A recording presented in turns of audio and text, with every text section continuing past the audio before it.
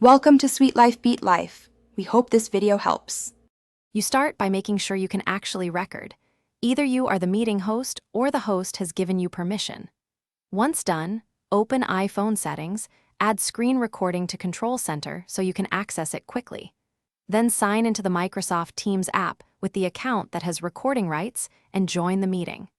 This early setup prevents permission issues and saves time during the session, so make these changes before the meeting begins. You now begin the capture. Swipe to open Control Center and long press the screen record icon. Choose Teams Audio if available or enable microphone to record your voice. Tap Start Recording and count down so you know when capture begins.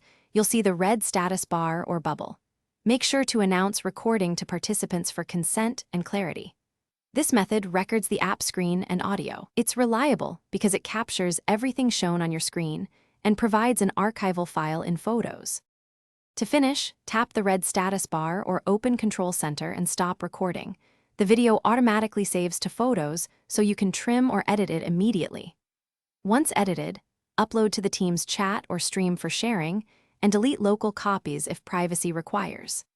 If you encounter problems, first verify iPhone microphone permission for Teams and that you selected app audio when starting the screen record.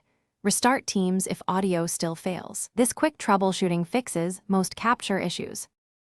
Thanks for watching. Consider subscribing if we helped you.